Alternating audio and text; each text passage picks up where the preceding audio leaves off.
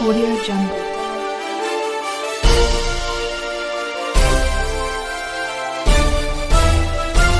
Audio Jungle. धर्मस्थल पूजा स्थलों के संबंध में कटघर थाना अध्यक्ष एसीएम प्रथम ने की बैठक, जिसमें क्षेत्र के ग्राम प्रधान व पार्षद को दिशा निर्देश की जानकारी दे किया जागरूक। कोरोना को लेकर सावधानी बरतें और निम्न जानकारी दी कि धार्मिक स्थल में एक बार में 5 से अधिक व्यक्ति एकत्रित नहीं होंगे। धार्मिक स्थल में प्रवेश से पूर्व व्यक्ति को सैनिटाइज करना होगा। धार्मिक स्थलों को सैनिटाइजेशन करने की व्यवस्था प्रबंधकों को स्वयं करनी होगी। धर्मस्थलों के प्रबंधकों को थर्मल निकोमीटर की व्यवस्था करनी होगी। धार्मिक स्थलों की लाइन के लिए 6 फीट की दूरी पर गोले बनाने होंगे तथा 6 फीट की शारीरिक दूरी के साथ खड़ा किया जाए। धार्मिक स्थल के गेट पर सैनिटाइजर व इंफ्रारेड थर्मामीटर की व्यवस्था यथासंभव की जाए। धार्मिक स्थल में प्रवेश करने वाले व्यक्तियों को फेस कवर मास्क का प्रयोग अनिवार्य होगा। धार्मिक स्थल में आने वाले व्यक्तियों को विभिन्न समूहों में विभाजित करते हुए परिसर में प्रवेश करने की व्यवस्था की जाए, जिससे अनावश्यक भीड़ भाड़ न हो तथा जाने की व्यवस्था अलग गेट से की जाए। धार्मिक स्थल में आने वाले व्यक्ति अपने जूते चप्पल अपने वाहन के अंदर ही रखेंगे। धार्मिक स्थल परिसर के पार्किंग, दुकान, स्टॉल, कैफेटेरिया में सोशल डिस्टेंसिंग का पालन किया जाए तथा खड़े होने के लिए दृश्य चिन्ह अंकित कर दिए जाए। धार्मिक स्थलों में बैठने के लिए सोशल डिस्टेंसिंग के अनुसार व्यवस्थित किया जाए तथा दरी मैट अपनी लेकर आए, जिसे अपने साथ ही लेकर जाए। धार्मिक स्थलों में सभाएं व मंडली निषिद्ध रहेगी तथा समूह में गाने की अनुमति नहीं होगी। धार्मिक स्थलों में लंगर, अन्नदान व सामूहिक रसोई में सोशल डिस्टेंसिंग का पालन किया जाए। धार्मिक स्थलों में लगातार साफ सफाई का विशेष ध्यान रखा जाए। शौचालय आदि की सफाई निरंतर की जाए। धार्मिक परिसर में कोई यदि संदिग्ध प्रतीत होता है तो उसकी सूचना जिला स्वास्थ्य हेल्पलाइन 018 पर दी जाए। थाना कटघर में आज मीटिंग रखी गई है धार्मिक प्रवृत्ति को लेकर। क्या नियम लागू किए गए हैं और क्या मंदिर या मस्जिद कल से खुलेंगे? इसमें मैं पहले तो आपको ये स्पष्ट करना चाहूँगा कि जो धार्मिक स्थल से खुलेंगे वो केवल उन क्षेत्रों में खुलेंगे जो हॉटस्पॉट एरिया से बाहर हैं। जैसे कटघर थाने के अंतर्गत लाजपत नगर और मकबरा दो हॉटस्पॉट एरिया हैं, तो उनमें किसी प्रकार का कोई जो धार्मिक स्थल है उसको नहीं खोला जाएगा।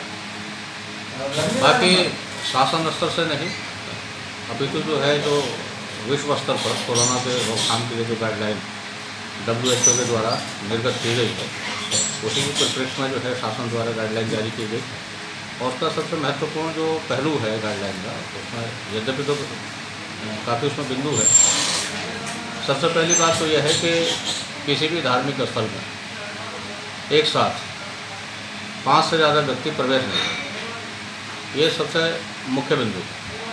दूसरा मुख्य बिंदु ये है कि प्रत्येक धार्मिक स्थल को यथासंभव जो इंफ्रारेड थर्मामीटर है उसकी व्यवस्था स्वयं करनी होगी और धार्मिक स्थल में प्रवेश करने वाले व्यक्ति को बाकायदा एग्जामिनेशन के बाद ही धार्मिक स्थल में प्रवेश दिया जाएगा। तीसरा, उसमें ये भी व्यवस्था की गई है कि धार्मिक स्थल के जो भी जिम्मेदार व्यक्ति हैं जो उसके प्रबंधन करते हैं, वे धार्मिक स्थल को स्वयं सैनिटाइजेशन की व्यवस्था करें।